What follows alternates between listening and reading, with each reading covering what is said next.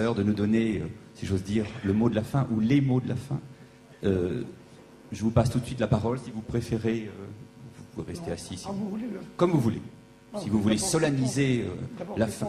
À propos de ce qui vient d'être dit, allez-y. Je ne suis ni musulman ni juif. J'ai été élevé dans la religion chrétienne, catholique. Ce qui m'a étonné, c'est de n'entendre à aucun moment un mot horrible, qui est le mot race juive. Alors il faut bien se souvenir que dans les débuts du XXe siècle, c'est un mot que l'on trouvait tout naturel de dire. Il y avait une race juive. Maintenant, les généticiens, et je fais partie, j'ai travaillé dans la génétique, savent que ça n'a pas de sens. Il n'y a pas plus de race juive que de race française. Il n'empêche que le concept existait. Mais si on ne peut plus dire quelqu'un est juif par sa race, on va dire il est juif par quoi?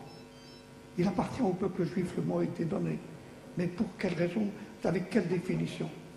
De même, le peuple français, comment peut-on le définir? On ne peut pas le définir. Et je crois que ça fait partie des avancées que la science nous donne, des lucidités qu'elle nous donne.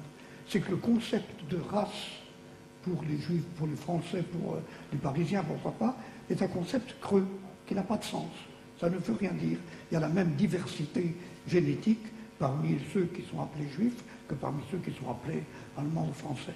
Et malheureusement, c'est un des legs du nazisme, ça, c'est d'avoir introduit ce concept de race qui, prétendument, devait nous permettre de classer les hommes. Or, on découvre maintenant que, en fait, la notion de race dans l'espèce humaine est complètement dépourvue de sens. Et c'est un mot qu'il faut garder, et une idée qu'il faut bien garder. Mais est-ce que les difficultés qui sont apparues d'ailleurs à l'instant ne viennent pas de ce qu'on ne peut plus définir? Un peuple juif, ou un peuple palestinien, ou un peuple français. Ce n'est pas définissable. Ou alors, c'est forcément arbitraire. Par conséquent, admettons c'est arbitraire.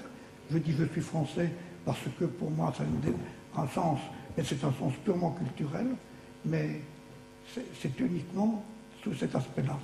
Mais on m'avait demandé de dire les mots de la fin, on est là pour le sujet. On m'avait même imposé, c'est les organisateurs, un sujet qui était le sens de la vie. Comme le mot vie, je ne sais pas trop ce qu'il veut dire, je me suis préparé intérieurement à parler du sens non pas de la vie, mais de l'univers et de la conscience. Le sens de l'univers, maintenant on le connaît. En tout cas, dans la description actuelle de ce qu'est l'univers, il y a un sens. Il y a un sens avec cette idée de l'expansion de l'univers, et ça c'est purement géométrique, mais surtout avec le concept d'amplification permanente de la complexité dans l'univers. L'univers tel qu'il est apparu il y a, disons, 15 milliards d'années, était un univers que l'on découvre avoir été plat, homogène, sans aucune structure. C'était au fond une bouillie, pour reprendre les mots de Hubert Reeves. Et cette bouillie n'avait au fond aucun intérêt. Mais il se trouve que les éléments de cet univers étaient soumis à des forces. Actuellement, on admet qu'il y en avait 4, qu'il y en a toujours 4. La gravitation, la force électromagnétique, puis 2 forces nucléaires. Avec ça, on explique tout ce qui se passe. Et il se trouve que ces 4 forces ont été présentes depuis le début, avec une intensité telle qu'elles se sont incorporées les unes dans les autres, qu'elles se sont enchevêtrées, et que le résultat final du jeu de toutes les forces à l'œuvre dans l'univers, c'est un mouvement permanent vers la complexité. La complexité d'une structure, c'est le fait qu'elle est composée de beaucoup d'éléments divers et en interaction subtile. Et on s'aperçoit que plus une structure est complexe, riche, plus elle a des performances nouvelles. Si bien qu'on a la description actuellement d'un univers qui, depuis 15 milliards d'années, est devenu de plus en plus riche, de plus en plus capable de performances extraordinaires. Et c'est comme ça qu'on peut décrire toute l'histoire pendant 15 milliards d'années. Mais ce mouvement vers la complexité est très lent. Il se trouve que sur la Terre, il a été accéléré en fonction de toutes sortes de coïncidences, comme la présence d'eau liquide. Toujours est-il que sur la Terre, la complexification est allée plus vite qu'ailleurs, en tout cas pour les endroits que l'on connaît.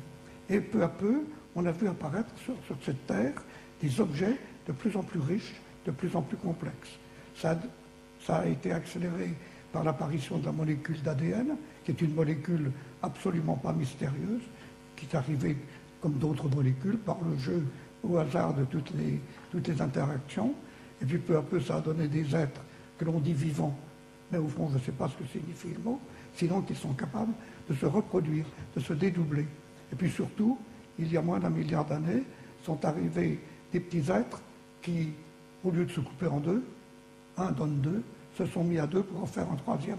Ça change tout, ça crée de la diversité, ça crée du neuf, et du coup, sur notre Terre, le mouvement vers la complexité, donc vers les performances, a été encore plus accéléré.